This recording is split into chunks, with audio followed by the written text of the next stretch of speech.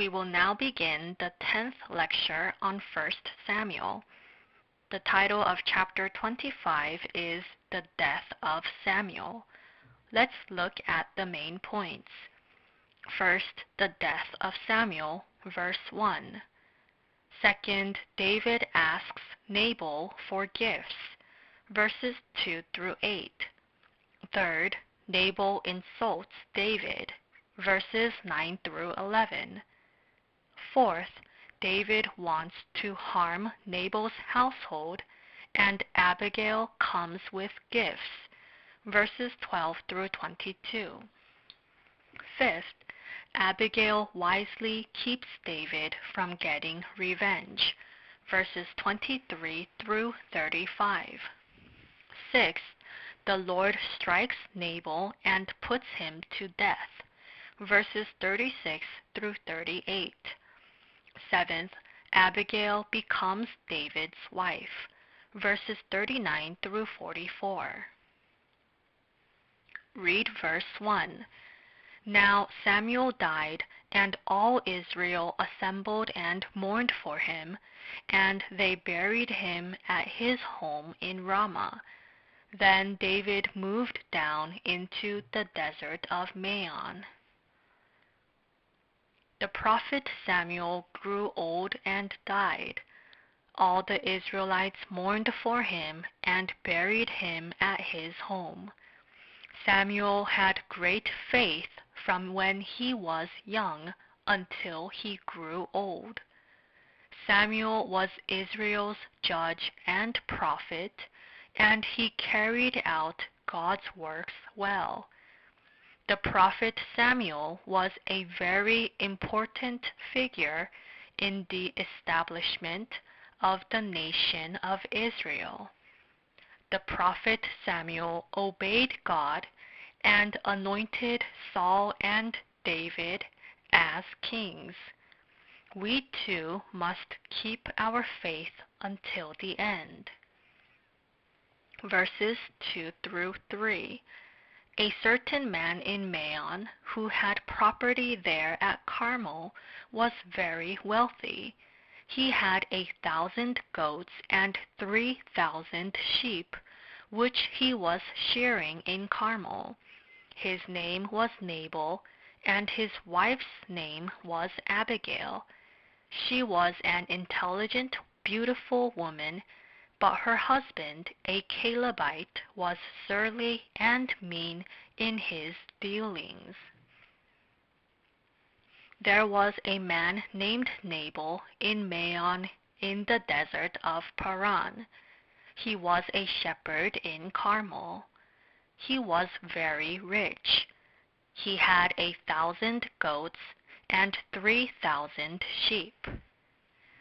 Nabal was stubborn and wicked, but his wife Abigail was an intelligent woman. One day Nabal was shearing sheep. David heard that Nabal was shearing sheep. David sent 10 of his men to Nabal and told them to ask for some food. David was on the run in the desert. David was running away from Saul, who was trying to kill him. David had 600 men with him. David faced the difficulty in having to feed all his men. Hence, David sent his young men to Nabal to ask for food to eat. David had helped Nabal in the past. David and his men protected Nabal's servants when they tended sheep. Verses 9 through 10.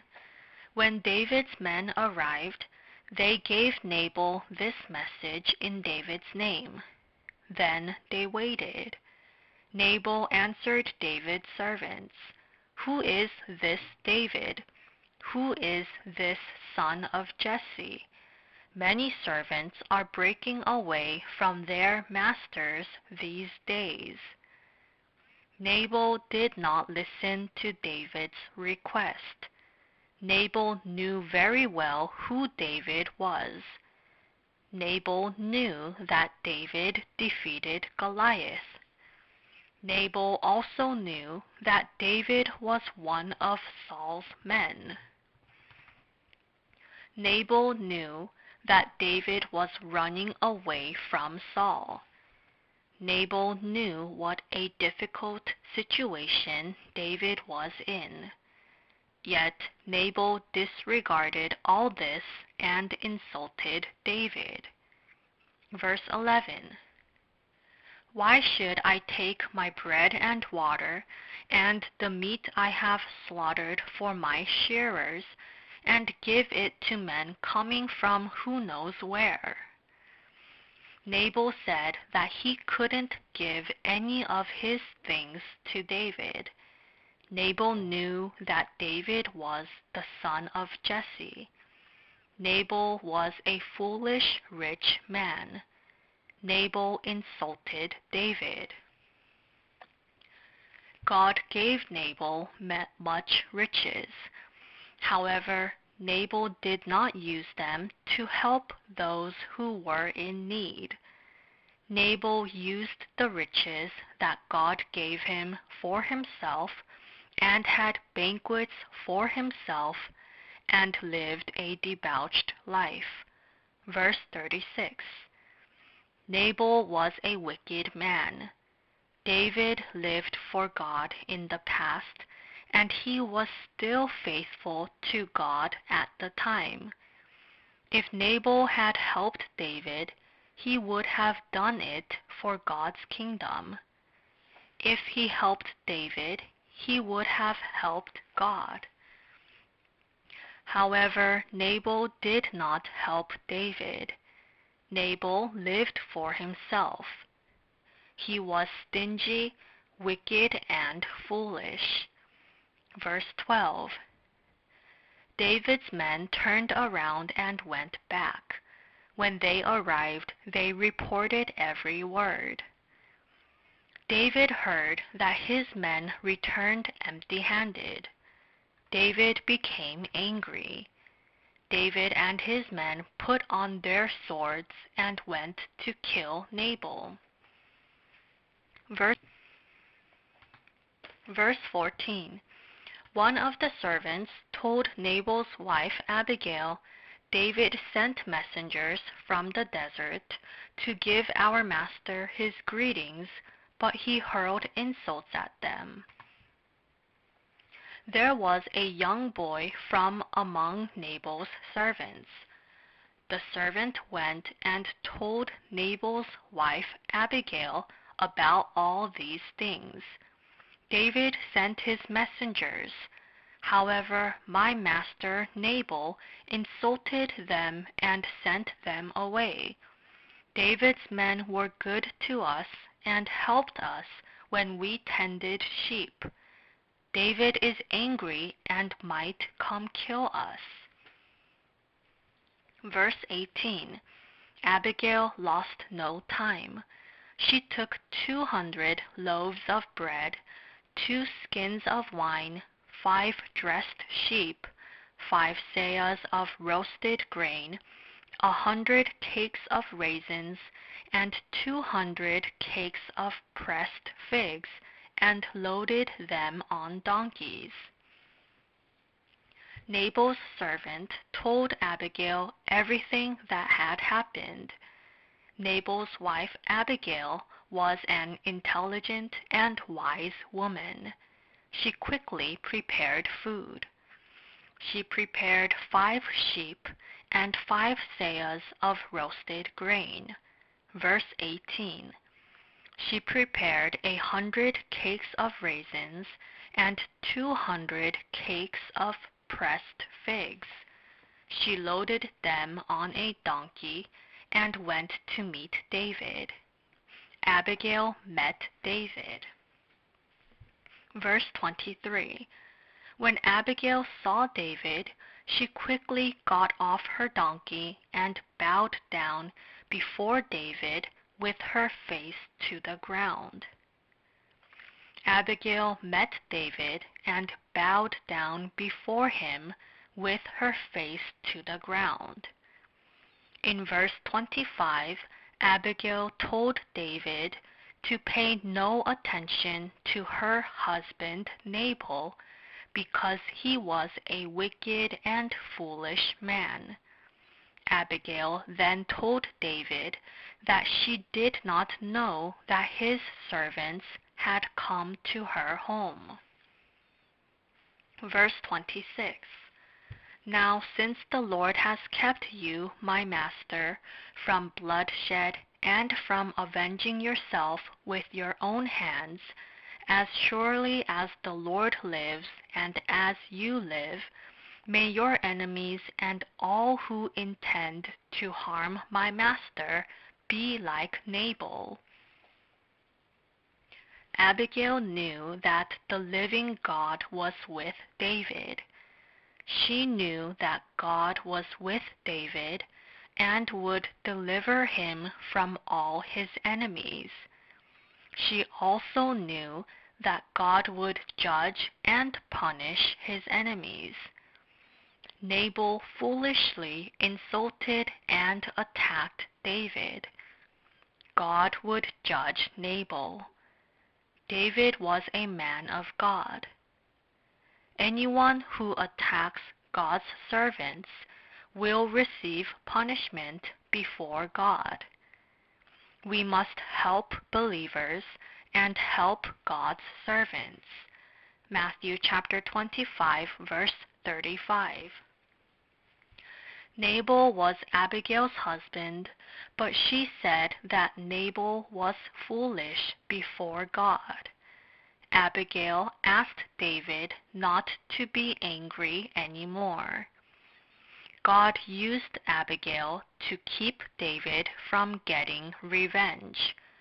We must not become angry over personal feelings and fight with others.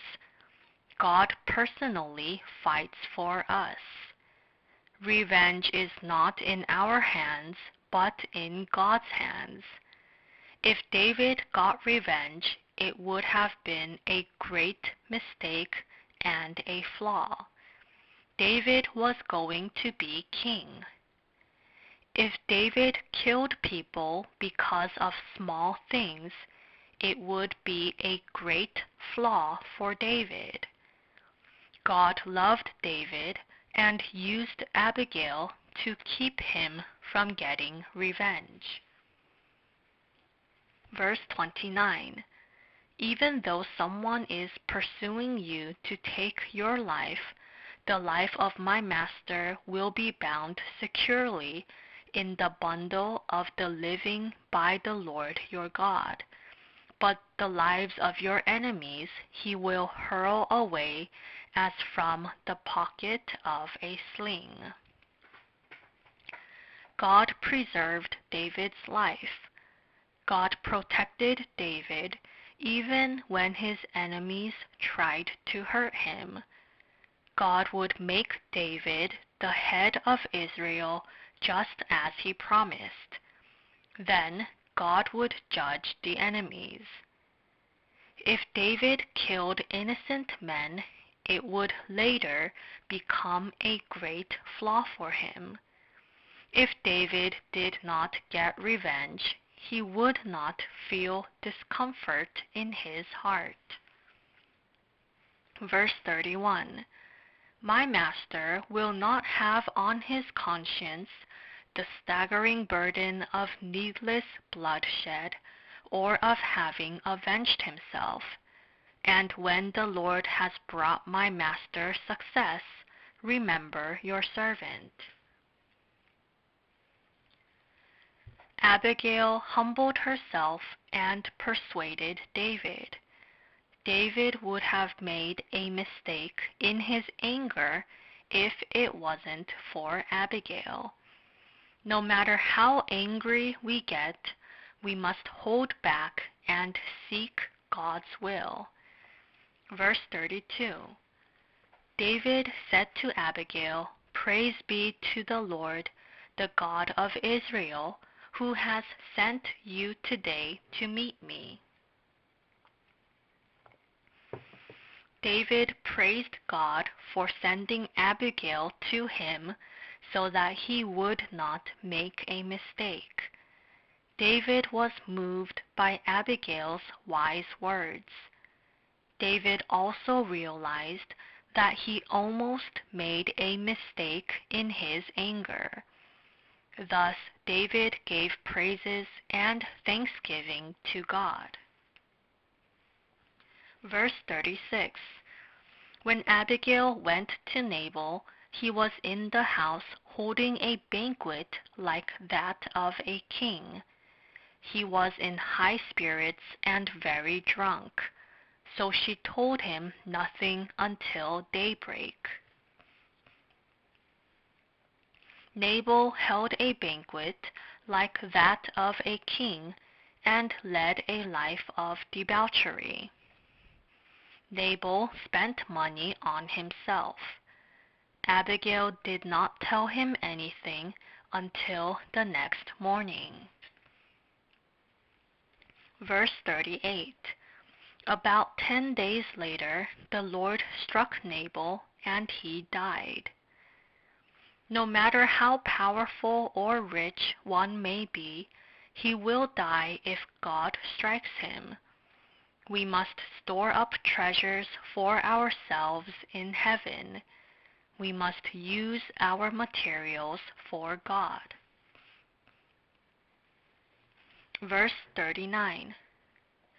When David heard that Nabal was dead, he said, "Praise be to the Lord, who has upheld my cause against Nabal for treating me with contempt.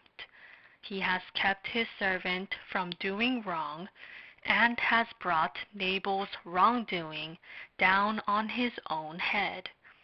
Then David sent word to Abigail, asking her to become his wife. David heard the news that Nabal was dead. David sang praises to God. David gave thanks that God personally avenged him. David gave thanks that God kept him from getting revenge himself. Then David took Abigail as his wife. We will continue with chapter 26. The title is Saul Apologizes to David. Let's look at the main points. First, Saul falls asleep at the desert, verses 1 through 5. Second, David takes Saul's spear and water jug, verses 6 through 12. Third, David rebukes Abner, verses 13 through 16. Fourth, those who incite the king against David would be cursed, verses 17 through 20. Fifth, Saul's apology and David's faith, verses 21 through 25.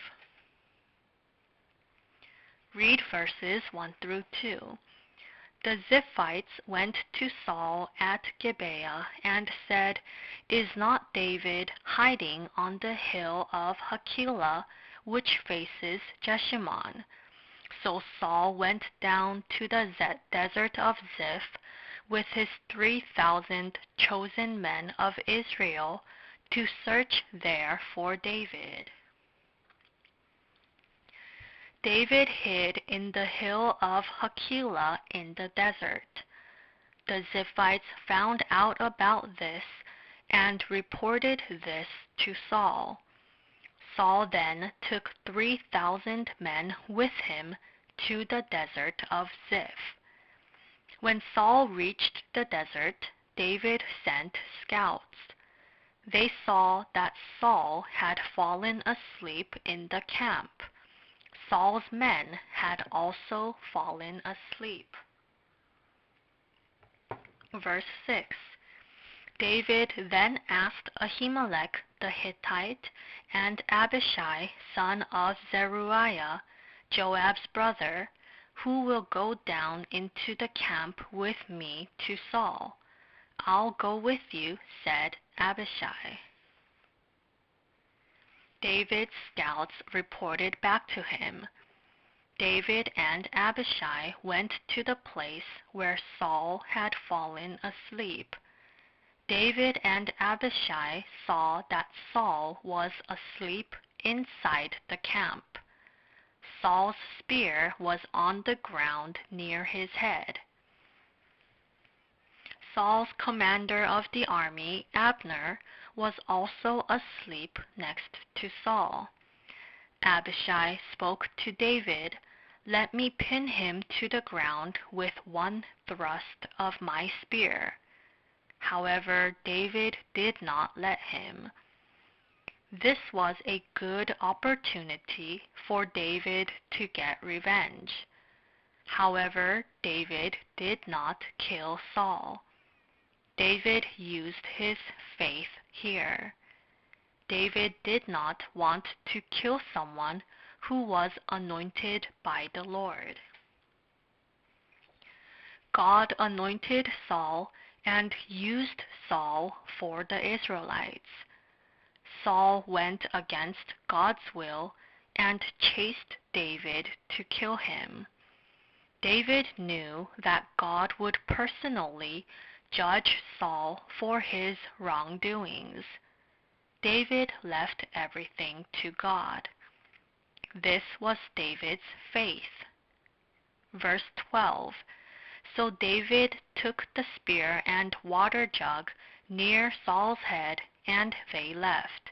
No one saw or knew about it, nor did anyone wake up.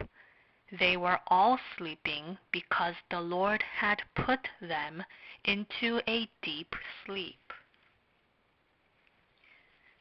David took Saul's spear and water jug. God put Saul into a deep sleep, and Saul did not know this. God made even the guards fall asleep. In this way, war is in God's hands. Victory belongs to God. Chapter 17, verses 46 and 47. Psalm chapter 33, verses 16 through 19. Psalm chapter 34, verse 7. We must trust in God's sovereignty and wait.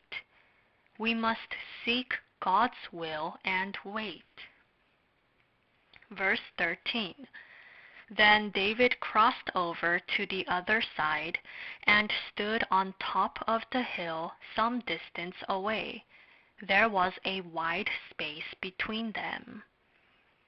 David stood some distance away from Saul. David crossed over to the other side and stood on top of the hill. There was a wide space between Saul and David. David then rebuked Abner in a loud voice. "Why didn't you guard your lord the king?" Abner had the responsibility to guard King Saul as the commander of his army. Abner did not carry out his duties, and Abner should have been put to death. Verse 17. Saul recognized David's voice and said, "Is that your voice, David, my son?" David replied, "Yes, it is, my lord the king." Saul recognized David's voice. Then David spoke to Saul, "Why is my lord pursuing his servant? What wrong am I guilty of?" Not too long ago, David spared Saul's life at the desert of En-Gedi. David had the opportunity to kill Saul. However, David cut off a corner of Saul's robe. Chapter 20, verses 1 through 15. Yet Saul chased after David to kill him. Verse 20. Now do not let my blood fall to the ground far from the presence of the Lord. The King of Israel has come out to look for a flea, as one hunts a partridge in the mountains." David said to Saul, "The King of Israel has come out to look for a flea, as one hunts a partridge in the mountains." David begged Saul not to let his blood fall to the ground. Even though Saul tried to kill David, life and death of man were in God's hands. David believed that God was a just God. Verse 21. Then Saul said, "I have sinned. Come back, David my son. Because you considered my life precious today, I will not try to harm you again. Surely I have acted like a fool and have erred greatly." King Saul told David that he sinned and he was foolish. Saul said he erred greatly, and he apologized to David. Then Saul promised that he would never again hurt David. Verse 23. The Lord rewards every man for his righteousness and faithfulness. The Lord delivered you into my hands today, but I would not lay a hand on the Lord's anointed. David acted righteously and faithfully before God. David considered Saul's life worthy, and he did not hurt him. David believed that God rewards every man for his righteousness and faithfulness. David wanted to be righteous in whatever he did. Verse 25. Then Saul said to David, "May you be blessed, my son David. You will do great things and surely triumph." So David went on his way, and Saul returned home. Saul blessed David. David was righteous and faithful before his enemy Saul. Saul, his enemy, was moved by David, and Saul blessed David. Romans chapter 12, verse 19. We will continue with 1 Samuel chapter 27. The title is David Goes into Exile in the Philistine Land. Let's look at the main points. First, David goes into exile in the Philistine land, verses 1 through 7. Second, David raids southern Judah, verses 8 through 9. Third, David lives in Philistine territory. Verse 1. But David thought to himself, "One of these days I will be destroyed by the hand of Saul. The best thing I can do is to escape to the land of the Philistines. Then Saul will give up searching for me anywhere in Israel, and I will slip out of his hand." King Saul continued to chase after David to kill him. David thought that he would one day be destroyed by the hand of Saul. Hence, David ran away to the land of the Philistines. David went to King Achish of Gath in the Philistine land. In verse 7, it says that David lived in Philistine territory for a year and 4 months. However, this shows that David did not use his faith.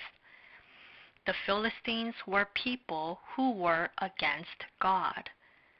David once fought Goliath, the Philistine, and won. Saul continued to try to kill David, but God protected David. God protected David when he was in Israel. However, David began to think in humanly ways, and he became worried that Saul might kill him. David thought that it was a good idea to run away to the Philistine land since Saul was trying to kill him. David did not pray or seek God's will. David became worried with humanly thoughts.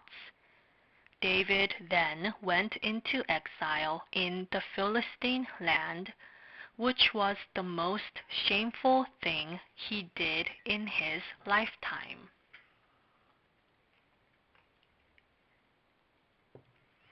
Verse 8. Now David and his men went up and raided the Geshurites, the Girzites, and the Amalekites. From ancient times, these peoples had lived in the land extending to Shur and Egypt. David raided the Geshurites, the Girzites, and the Amalekites. There were many peoples in the southern region of Judah. They were enemies of Israel. Thus David raided them and defeated them. Verse 10. When Achish asked, "Where did you go raiding today?" David would say, "Against the Negev of Judah," or "against the Negev of Jerahmeel," or "against the Negev of the Kenites." David reported to King Achish that he raided the Negev of Judah and the Negev of the Kenites. King Achish was pleased when David reported that he raided the Negev of Judah and the Negev of the Kenites. David had actually lied to Achish by saying he raided Judah and the Kenites when he had actually raided the Amalekites. Achish was pleased because he thought David was on his side. David reported this to gain Achish's trust. David needed to please King Achish because he was in the Philistine land. David lied. Hence, we must not be in places where we should not go. If we go to wrong places, we will fail to use our conscience, and we will become corrupted in faith. Then believers will compromise with lies. We will continue with 1 Samuel chapter 28. The title is Saul and the Medium. Let's look at the main points. First, David accompanies the Philistine army, verses 1 through 2. Second, Samuel's death and the invasion of the Philistine army, verses 3 through 5. Third, Saul seeks a medium, verses 6 through 10. Fourth, Saul asks the medium to call Samuel, verses 11 through 14. Fifth, Saul would be handed over to the Philistines, verses 15 through 19. Sixth, Saul falls to the ground and is tormented, verses 20 through 25. Read verse 1. In those days, the Philistines gathered their forces to fight against Israel. Achish said to David, "You must understand that you and your men will accompany me in the army." The Philistines gathered their forces to fight against Israel. The Philistine king Achish ordered David and his men to accompany him in the army. Thus, David took part in the battle. The Philistines were an enemy of the Israelites, God's kingdom. David was in an awkward situation. David was to join the Philistine army and attack his own nation. David did not have any other choice. David lived in Philistine territory, and he could not disobey King Achish's order. David was in an awkward situation. Basically, David was wrong in going into exile in Philistine territory. David was to be king of Israel, yet David had to attack his own nation, and what was he supposed to do? Verse 3. Now Samuel was dead, and all Israel had mourned for him and buried him in his own town of Ramah. Saul had expelled the mediums and spiritists from the land. Samuel was dead, and all Israel mourned for him. Then they buried him in the town of Ramah. Verse 4.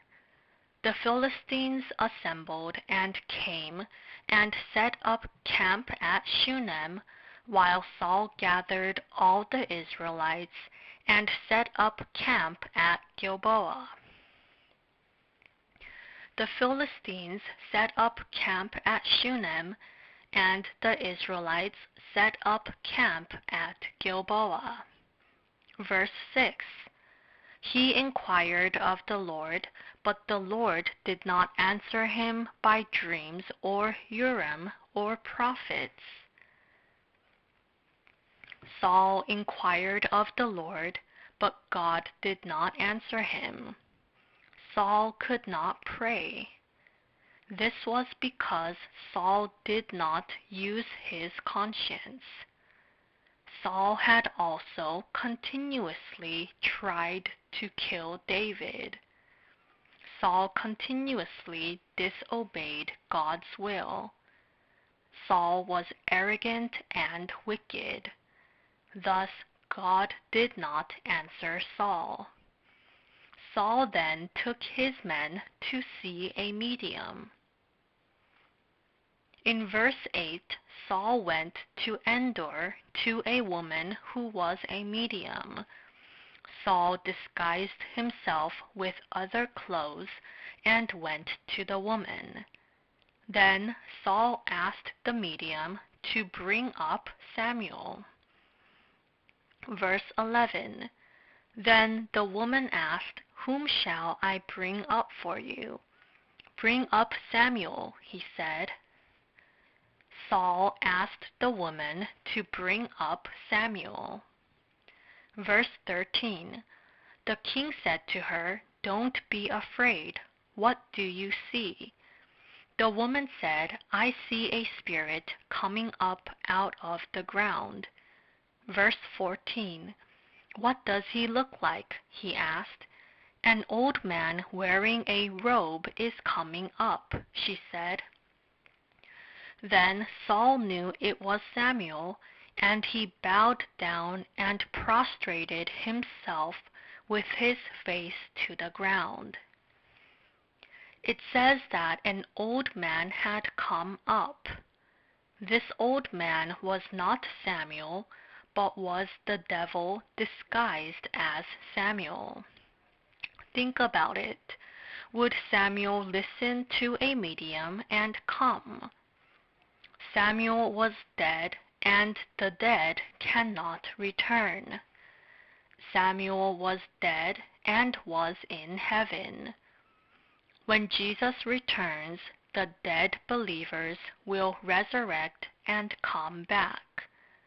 Those who are in heaven do not return to this earth now. Saul did not know the truth, and he thought that the devil was Samuel.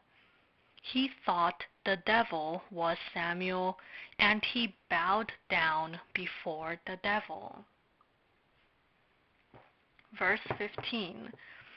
Samuel said to Saul, "Why have you disturbed me by bringing me up?" "I am in great distress," Saul said. "The Philistines are fighting against me, and God has turned away from me.